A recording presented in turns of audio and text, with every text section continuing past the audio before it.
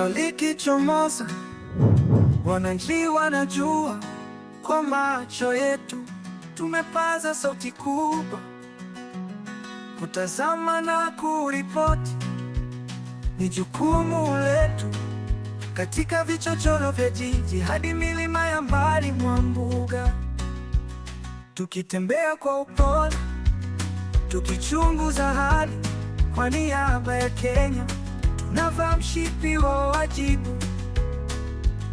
Maoni yetu ni mwanga, kivuli cha haki, katika kelele ya mchakato tunaleta utulivu. Sisi ni macho ya taifa, tumeunganisha mikono na sauti ya umoja, tumejenga daraja kwa kupendekeza mabadiliko, uchaguzi wazi, kwa pamoja tustahili uhuru na haki kabisa. Welcome to Darubini ya Uchaguzi podcast, where we dive deep into the stories, insights, and critical updates shaping democracy in Kenya and beyond. From voter voices to electoral reforms, this is your go-to source for all things elections, straight from the experts, activists, and insiders on the ground. Join us as we shine a light on transparency, integrity, and accountability in the democratic process. So, keep your ears tuned and your eyes on the elections with ELOG.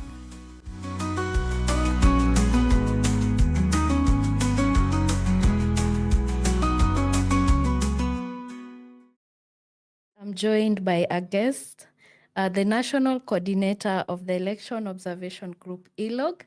I'll let him introduce himself. Welcome. Thank you. My name is Mule Musau. I am the national as well as the regional coordinator for both the Election Observation Group as well as the Eastern Horn of Africa Election Observation Network.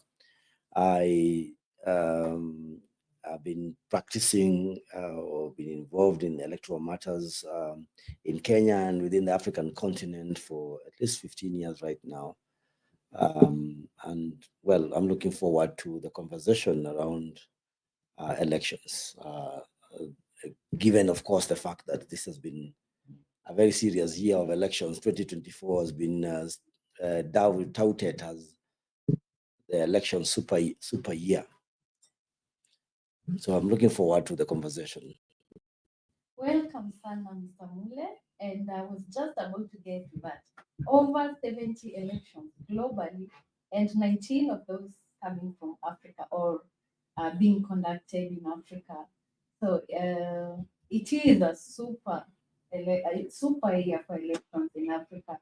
So we understand that apart from being the national coordinator and regional coordinator, you've also had an opportunity to travel globally amid all these elections. And what's your perspective on these elections, both the global elections and the African elections?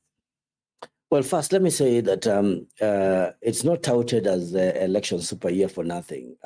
73 elections worldwide, about half or at least 49% of the world population was participating in these elections. That's over 3.7 billion people globally.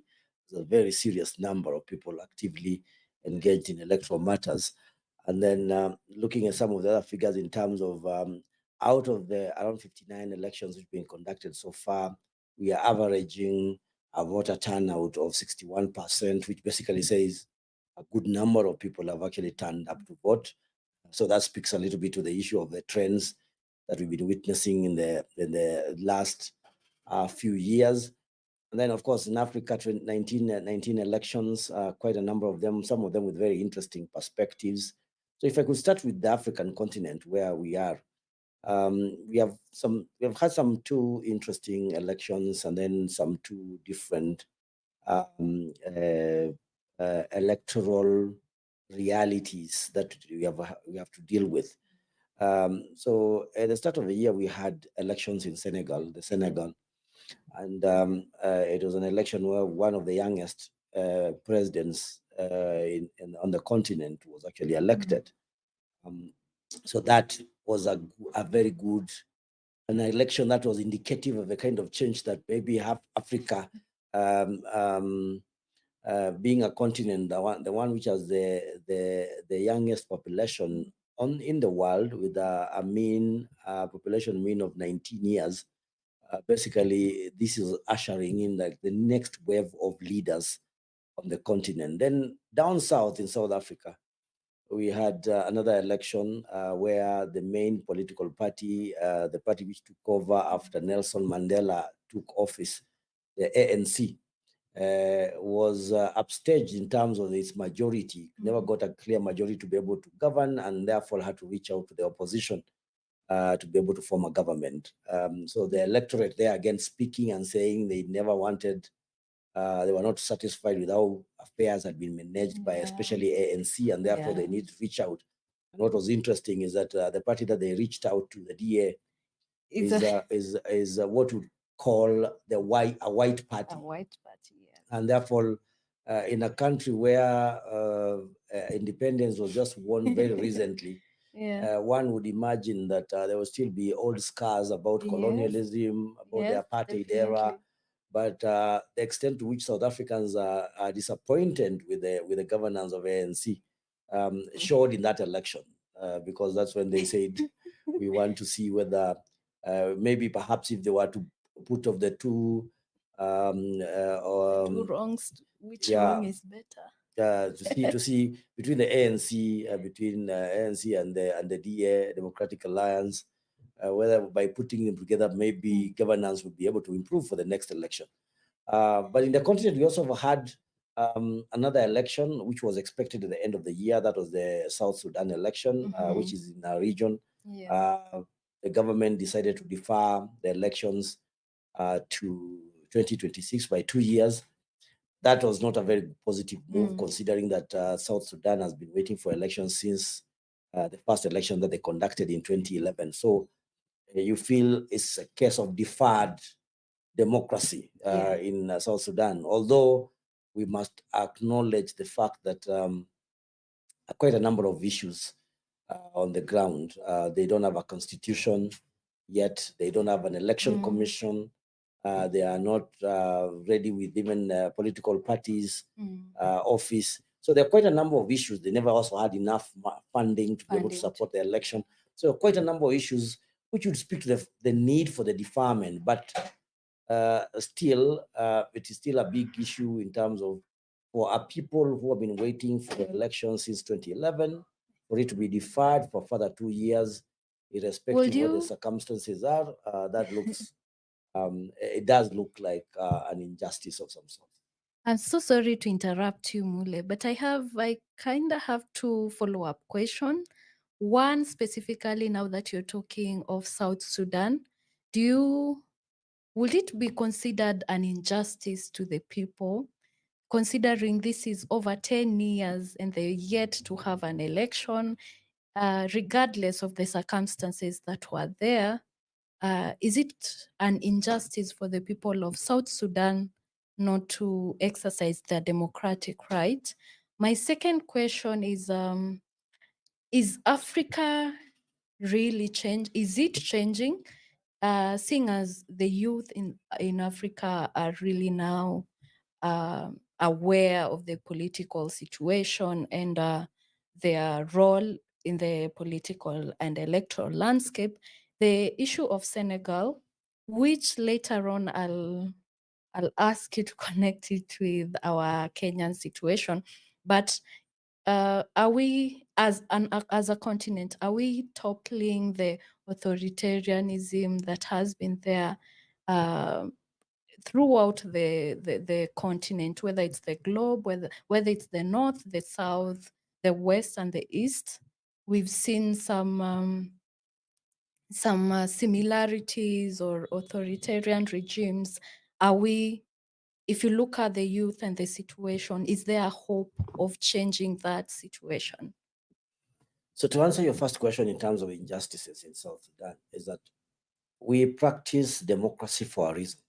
We practice democracy so that the people can be able to to govern themselves by periodically getting an opportunity to be able to elect those people that govern them. Yeah. And we determine the timelines. And the timelines, that's why in many countries we have 5 years, we have 4 years in the US, 5 years in Kenya, 7 years, I think, in Rwanda.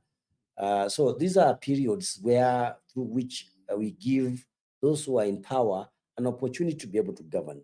And once that opportunity is over, then we are required to hold elections that allow the people to be able to review the leadership of those particular, that set of leaders had been elected before. South Sudan, this has been the third time that elections have been deferred. And all the time, in 2016, they were supposed to be holding elections. They were deferred. They've been deferred 2 more times, including the last one, which has just happened about a month ago. So this is you'd call this as a level of injustice in regard to the fact that the people of South Sudan, ever since that first election that was conducted, and I remember the first election was conducted because it was also a referendum that was dividing, that was giving them a new country called South Sudan, which had broken away from Sudan. So they've never gotten an opportunity to be able to appraise the leadership since that time. So it's unfair that they have been forced, therefore, to continue the same governance. When the elections happens in 2026, it will be 15 years since that first election. So the fact that they've not been accorded an opportunity to be able to make decisions on who should govern them is unfair. On the question of what is changing, whether the elections, whether the landscape is changing, given the youth bulge, given the elections which have been conducted in the continent so far, while the West African, while the Senegalese election gives some ray of hope in terms of starting to get younger leaders on the continent, the fact that within the same belt of West Africa, we have what we call a coup belt, where in the countries of Burkina Faso, Mali, Chad, we have seen regime changes through military takeover and constitutional changes of government, basically. That's what it's called. Where we have coups. Coups basically mean that it's a change of government, unconstitutional, not democratic, and therefore not democratic elections are conducted in that country. So somebody has come to power, and this person does not have the mandate of the people. But that does not say that the people are not supporting that change. In a very interesting finding by Afrobarometer, who conducted their a survey, and Afrobarometer has been doing this every year, surveys on electoral, on democratic governance across the continent. One of the very interesting observations is that there are very many countries in sub-Saharan Africa, in fact, in Africa, across the continent, who are starting to be, especially younger people, who are starting to be very excited about the fact of military takeover. They're much more inclined for military takeovers rather than democratic elections. And because there are quite a number of people who, I mean, there's been, over the last 5 years, there's been a general decline in democracy across the world. And the major reason has been that especially young people have been feeling that elections have not been providing the answers to the solutions for good governance, ensuring that promises are kept. So that's not been happening across the continent, and people, therefore, especially young people, get appealed to military takeovers. But it doesn't mean that, of course, that democracy is dying. I think the same research was saying that if people are given an opportunity to choose between military government and democracy, they would choose democracy. I think the question is, yes, there's a new wave of, I think there's a wave which is coming through in Africa. I think in the elections, that given just the number of elections which have been conducted and the kind of changes we've seen, I think it is indicative of change. However, some things remain the same. Rwanda, for instance, with Paul Kagame, and who has always been getting over 99% of the total vote. That has continued unabetted for the last, I think, 3 elections. Does that mean people are very okay with their leader, regardless of how many years he'll be in power? Well, I think from where I see it is that we usually say that elections are contextual. Yeah. Rwanda came from a post-conflict situation, is a post-conflict society. If it feels that it does not need to move at the moment, and therefore they feel much more in a stable environment with Paul Kagame, then so be it. So long as the electorate, I think what we are supposed to be worried is whether the vote was conducted in a free and fair and credible environment, because that is what we would use to gauge. If the people love the president and they want to vote the president every next time, that's okay. And if they're following the laws of the country, then those are okay.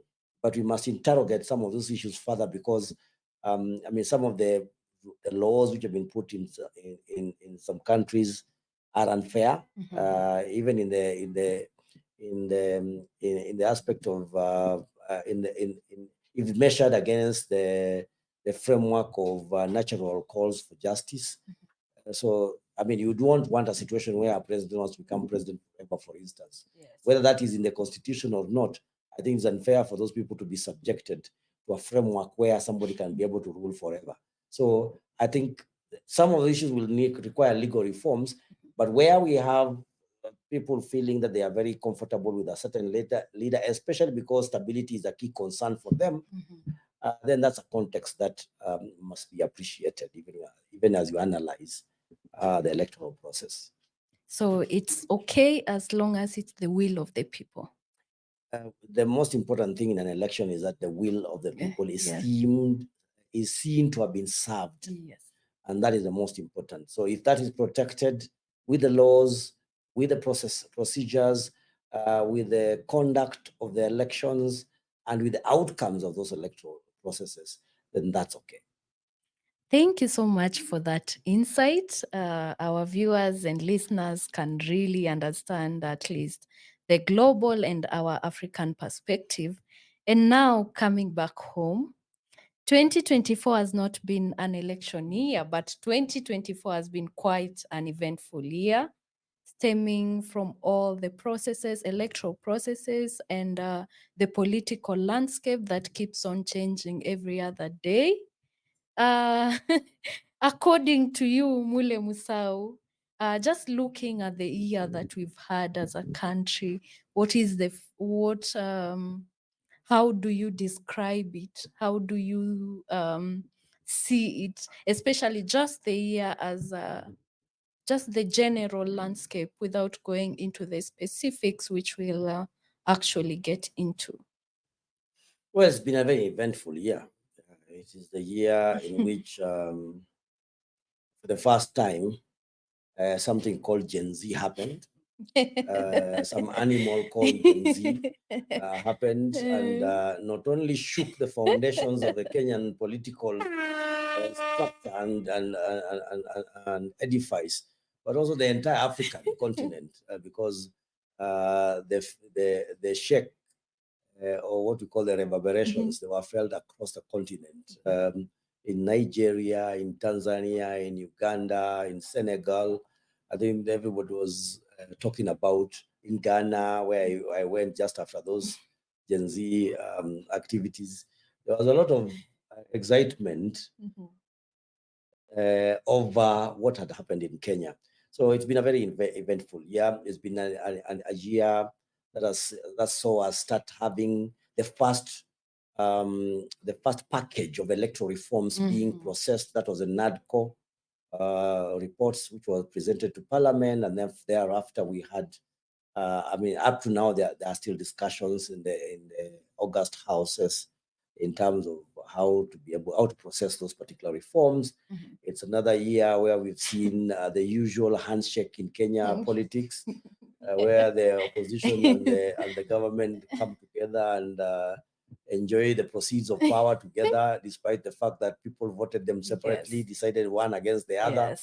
But now we see the opposition leader and the president working very closely together. The two main political parties, actually, mending fences and working in the same government. even as they still say we are in the opposition and the other one is on government. It's a year that we have dared to impeach, or Kenyans have dared to impeach the deputy president in a process which is currently ongoing. So yes, it's been a very eventful year. It's full of very many things, but that's a Kenyan plate for you. That's a Kenyan democracy plate. Anytime. I mean, Kenya is always as eventful as any other that we will find out there in the world. And I think we'll be forgiven for saying, as much as the globe and the continent have been having election, the Kenyan situation has been more of an election. How famous Kenya has become has just been on the same level as countries that have had controversial elections throughout the year, because even though in 2024 Kenya has not had an election, it has been in every conversation, in many of the conversation together with countries that have had elections. But leaving the global or the continental perspective of Kenya aside, Kenyans themselves, us ourselves, we do understand there are issues that we are facing. As much as I'd like to say we are very dramatic. We are a dramatic country, and we are always on the table in conversations, but we have our own internal issues, very serious internal issues, considering that we are only 2 years away. Now that we are nearing the end of this year, that will be say we are only 2 years away from the next general elections. But before we get to these general elections, this has been a period where electoral reforms were supposed to be enforced, amended, implemented. But as much as we are seeing effort towards implementing these electoral reforms, we are also seeing a negative side of it, where we currently do not have an electoral commission, which has also hindered some of the important processes, electoral processes that are supposed to be ongoing. Having worked in this electoral space for quite a long time, how do you read the situation whereby we do not have an electoral commission, but then we have stalled processes, and we are still very alive to the fact that we are nearing the next general elections? What are the implications for Kenya as a country? Well, just first correction that Kenya is, we're not full of drama. We are. That's just my personal opinion. I should stress that. This is a country which is which is very active politically. Let's sanitize the language. It is a politically active country, and we have a phenomena that we call a permanent campaign mode. Yes, that Kenya is always on a permanent campaign mode. After one election is over, we start the agitation for the next election. And whatever alignments and realignments politically and otherwise, they begin immediately after the last election is conducted. So since it looks like it's something that we have perfected over the years, then that is in our DNA. And therefore, Kenya will continue doing this thing. In fact, I think the only thing which has been added, the spice which has been added right now, is that we have now a younger generation which is now joining the fray. And manpower. It's going to be much more interesting. The Gen Z is now also part of that process, which we're calling the permanent campaign mode. So that's where we are. And in one way, it's a good thing. In another way, it's a bad thing. It's a good thing in terms of it allows Kenyans to be very alive to the issues which are being canvassed across the country. It allows us to be able to be interrogative of the systems, the processes, and the decisions which are being made by our leaders. In the bad way is that it stops. It delays the implementation of very many progressive ideas, because everybody is asking and questioning issues. It stops because of the high voltage political activities. It delays, it frustrates some initiatives which are being done by even the government itself in terms of development programs. So that's the downside of it. But that's Kenya. As I say, that's exactly what Kenya is.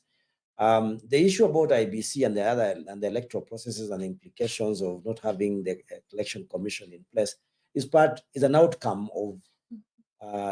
outcomes of that very excited, engaged environment that Kenya finds itself. We remember that the commissioners who are there, their terms of office came to an end more than a year ago. True. The other who are remaining, they resigned. Another was considered unfit to continue being in office. And therefore, the entire team of commissioners, one way or the other, left office more than a year ago, more than one, and I think nearing 2 years now. And for that while, there have been many processes which have been overtaken by events. Number one is just the normal administrative issues of the commission, which are supposed to be carried out. Remember, we have two processes which are supposed to be continuous throughout, which is one is voter education and the other is voter registration. These have been hampered by the lack of leadership of the commission. We have had by-elections which keep increasing over time. We have constituencies, we do not have members of parliament, so we have constituents who are not represented as we speak. We have ward assemblies where we don't have representation in certain wards because for one reason or the other, we don't have members of those ward assemblies. And that's a great injustice to those particular communities and those particular constituents because they have a right to representation. And there have been a number of cases which have been taken to court just to contest this because it's a human rights issue. You cannot be making decisions in parliament and you have constituencies where we don't have representation. So basically it means that the members on those particular constituencies, the Lagderas, the Banisas, they're not part of the decision making. So when you're considering such very important bills as the finance bill, even the impeachment of the deputy president, which is currently ongoing, it means those constituents did not participate in that process. So that's a great injustice as far as decision making is concerned. The boundary delimitation activity, which had a timeline, an upper timeline of expiring in March of this year, has not been attended to. And that's a crucial aspect. Remember, the boundaries are done because population increases. We need fair representation.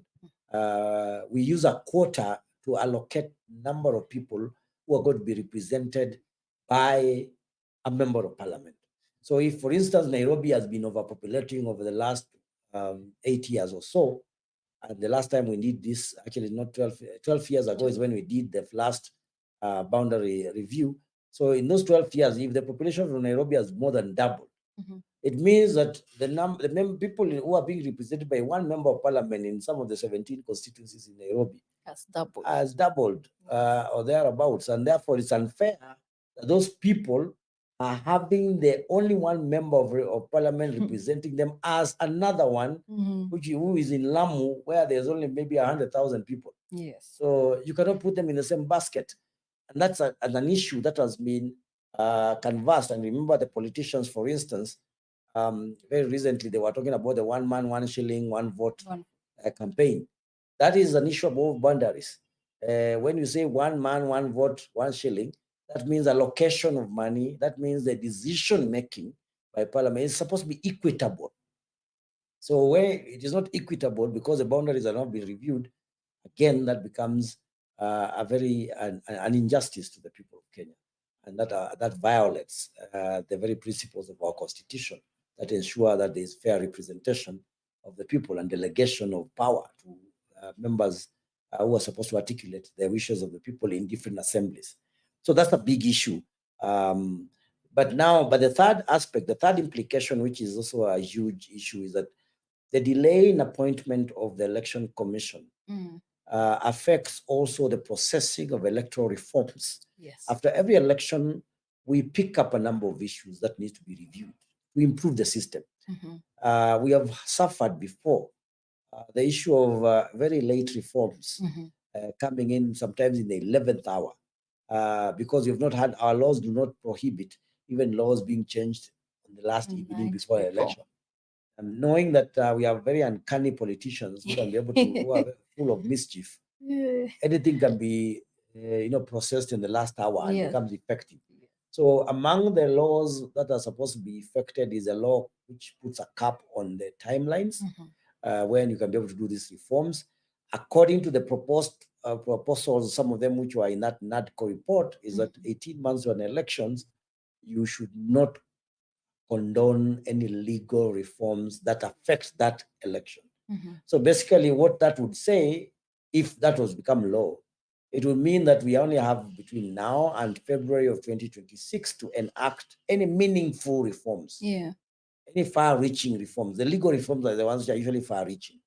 So if we don't, if you only have a window of about a year, and we still don't have a commission, and based on the timelines that we are looking at, we are seeing a commission which is going to be in place for March next year, between March and June next year, then there's a lot of delay. And by that time, now we'll be coming to the exact 2 years to an election, where you have to conduct by-elections, where you have to conduct boundary review, if you need to do, where you have to do reforms for that election within 6 months, and then start preparing for an election. And you need a full year to be able to participate and engage in, for preparations to engage in an election process. So that's already a very big problem by itself. And looking at the situation where we do not have a commission in place, all the things that you've listed, they depend on that commission being placed. Should we be worried about these processes, or these processes not being completed by the next general election? For instance, if we look at our social media, and as you put it rightly, the interests of the youth in our electoral processes, look at the processes that are supposed to be ongoing: voter education, voter registration. None of that is taking place. And just the issue of IEBC, the commission being in place, but also when it comes to allocation, are we very, is there a positive, or should we be very positive about this commission conducting most of these processes, these very important processes, by 2027, or the more we are delaying it, the more we are likely not to have many of the processes conducted or conducted effectively as they should? Well, the fact that we don't have the laws in Kenya direct that we have a commission in place for 5 years. Yes. We are not supposed to have a lacuna or a period where we don't have a commission. That's true. So the commission is supposed to be appointed immediately the last commission ends. We have a new commission in place. In fact, there are mechanisms in place to ensure that the transition process even starts being processed 3 months before the other commission retires. So those provisions are there, which basically means our constitution imagines a situation where there is a back-to-back commissions. Once this time is over, the other one picks up and goes on. Because like we said, there are quite a number of processes which are continuous in nature. So since the Kenyan people wanted a permanent commission, they did not want a part-time commission, then there are reasons for that. And the reasons are the activities that must be conducted by that commission throughout the entire 5-year cycle and throughout their tenure while they're in office. So yes, there'll be very many things that could be affected. Already I've talked about the fact that we do have people who are not being represented in very critical decision-making assemblies, national and county assemblies. That's already a very major problem. That's already people who are suffering from a disservice because we don't have a commission. The fact that we don't have a continuous voter education and voter registration process means that people are missing out. If you were to hold, for instance, those by-elections, when the commission does come in, they'll provide an opportunity for a very short window in which the registration of voters in those constituencies is going to happen. Those who maybe were in the country would have registered, and some of them have gone outside the country. and they may be coming back around the time the by-elections will be happening, it'll be disenfranchised. True. Because they'll not be able to participate. They would have benefited from a continuous program of registration. Information would have been flowing, and we are discussing this in a time where the question of disinformation is reaching some very crazy levels, especially with the AI. So where formal information would have been provided by IEBC, we don't have that. The readiness for the next election is going to be handicapped. The members of parliament may yet make a decision in terms of the boundary review, and from based on what we hear and what we see in terms of the proposals, chances are they're going to delay the boundary review. So we're still going to have a problem in terms of the proportionality of people who are represented by one member of parliament in the next election. That's already nearly like a sealed issue. We nearly know that given the timelines that are remaining, it may become very difficult to be able to conduct boundary review in that time. And therefore, we shall have skewed representation. That's a major implication. But there'll be the question of reforms. Will we have enough time to be able to adequately ensure that all the reforms that have been processed are implemented and implemented in time? Number one. And number two, will the commission itself, it has suffered before for lack of readiness before to prepare an election. If that commission comes very late in the day, like it does look like it is going to, will it be ready, considering these are all new members of that commission, considering some members of the secretariat, such as the current CEO of the commission may even retire before the next election? True. So will they have enough preparatory environment, a conducive preparatory environment that allows them to be ready for that next election? So we may start suffering the same kind of issues that we have had in the past, where the commission comes in place, they don't exactly know what is going to be done here, whether it's about procurement, whether it's about the new systems which are going to be in place, technology and all those things. And then they start receiving orders now from the politicians. Or even just understanding how the commission works. These are new people. So they have to go through an induction, they have to prepare themselves for all these things. So I feel as things stand, unless something changes, Kenyans are already shortchanged. As Gen Z say, tutaanguka nayo. Itabidi sasa watu tutaanguka nayo until an election occurs. Yeah, there will be an election, of course, on August 2027. But the question is, how prepared as a country are we going to be? How many people will have been benefit from the voter registration processes? How many will have trust and belief that the new commission will be able to conduct it fairly? And because of all those issues, then how many people may not want to participate in that election? Apathy. What kind of apathy does this create by 2027? So I think it's a watch and wait game. But as things stand, like I said, Kenyans are already shortchanged. The most we can be able to do is to ensure we fast track some of the remaining processes, like, for instance, getting that commission into office as earliest as possible, and then trying to pick our pieces immediately after that. Thank you for those points, Mule. And a question directed to the observers. In the current situation and in the current landscape, what should observers look out for? What should observers be alive to, even as we watch and wait? Because most of these processes, most of these initiatives depend on our leaders, and as we have seen, they'll try to take as much time as they can before either implementing or just doing what they are elected to do. So as observers, what should observers be alive to in this situation? Given the context that I've just given in terms of the electoral environment, and the fact that we may not be prepared in good time for those particular elections, observers therefore may be required to make a very special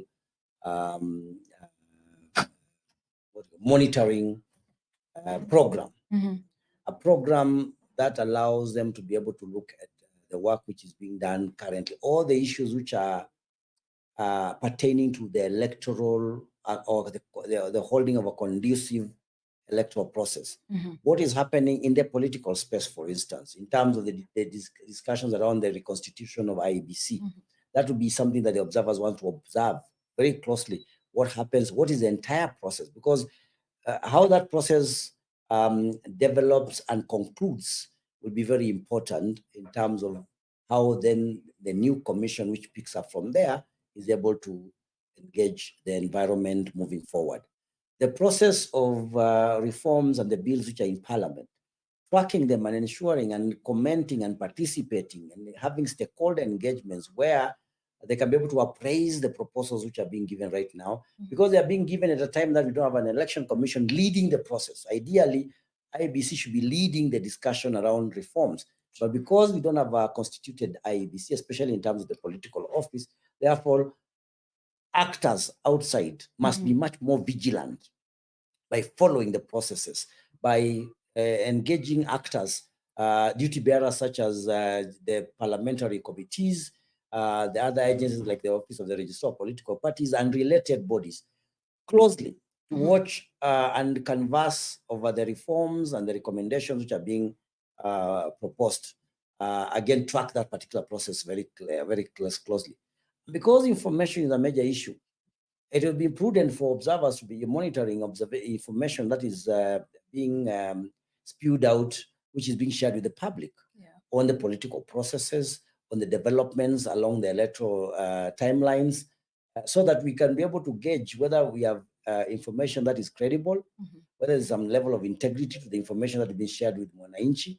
Otherwise, one of the things about apathy is that people get the wrong information. They imagine that the worst is going to happen. Then they're not going to participate in electoral processes. That leads to suppression of the vote. And we must therefore watch out there, go out there and find out is the information which is being shared out, whether it's through media, especially through social media, is it information that informs the citizenry on what is going on, and does that allow them to be able to make the right decisions when it comes to those elections or the electoral processes which are oncoming, like the reform processes, the by-elections and everything else and that. So I think my take is that now more than at any other time, the watchers must really watch the situations very, very, very closely.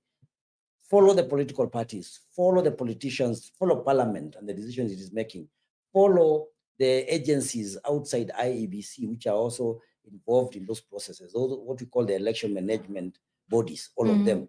Follow them very closely in terms of how they prepare themselves, how they interact with some of the proposals, and then we could constantly inform the country where we are at. So we need to keep taking stock at intervals and speaking to the nation about those processes, the realities, and the other aspects that may affect our elections by 2027. And once IEBC comes into play, now work very closely with the commission in terms of the obtaining issues that they'll find on the ground, and also very closely on the preparatory process towards the 2027, because I think since they'll be time barred, a lot of things will be pushed. Some of them may even end up being pushed on the carpet because of time. So I think that would be a critical issue that the observers will need to be pay close attention to. Thank you so Mule for the insights. You're very knowledgeable in this area. And as we wind up, could you maybe just give us your last thoughts, considering that the global electoral climate or political climate is changing? We are very aware of the wars going on, of the American and the UK situation, and our own situation as a country. So as we wind up this podcast, what is your way forward for us as Kenya, considering all the other global aspects? I think globally, first we must remember that the American election is just about a week from now. Yes. It's happening next week. Yes. American elections have a way of determining the cough that is going to be in the world, True. which direction does the disease go. Yes. So depending on who wins that election, a lot of there'll be implications across the world. We also understand that, we are also aware of the global tensions which have been building over the last few years with the war in Ukraine, with the war in Gaza, with the tensions in Taiwan, and in other spaces. Sudan, there's been a conflict for the longest time in Africa, the coup situation in the West Africa. So there are global tensions, and there are feelings that democracy, the feeling that democracy is on decline is not understated. I think it's an understatement. I think there's a major problem with democracy across the globe. Moving forward for us as Kenyans, I think Kenyans are there's an awakening that has been taking place in the country, especially for the younger generation. I think that is what I'll speak about moving forward. There does seem, for the first time in a long time, we have not seen this cadre of young, excited activists, Yes. who are starting to get themselves into the space, the political space. And the political space is the electoral space. So I think there's a lot of excitement moving forward in terms of how this younger group of Africans, Kenyans and Africans, who are starting to endear themselves to electoral and political processes, how they will participate in these processes is an area that should be very interesting. And if based on the outlook at the moment where they have been involved, they look like they are very involved. If they join political parties, if they vie for candidature in the next elections, if they decide to participate en masse as voters in the coming elections, both in Kenya and the rest of the continent, then chances are that we may start redeeming the kind of leadership that we have at the moment on the continent and across the globe. And if that happens, my thinking is that could give some kind of wind of change to the democratic experience and practice, and therefore maybe re-energize it much more, so that maybe in the next 10 to 15 years, we'll be talking about a reawakening of the democratic experience and practice across the globe, starting with Kenya, starting with Africa, with the youth population, and then spreading all over to the other spaces. So I think there's a positive outlook out there, despite a very glim, a very negative picture that you can be able to make a deduction of based on the current world events that we see today. So I'm very positive about the future, about the engagement moving forward. But I hinge this on youth engagement, youth participation, and sustenance of that engagement by our younger people and younger population. Thank you so much, Mule. Thank you for the insights. And we definitely will bring you back again, because this topic is too wide and we cannot talk about it or discuss it in a day. So thank you so much for joining us.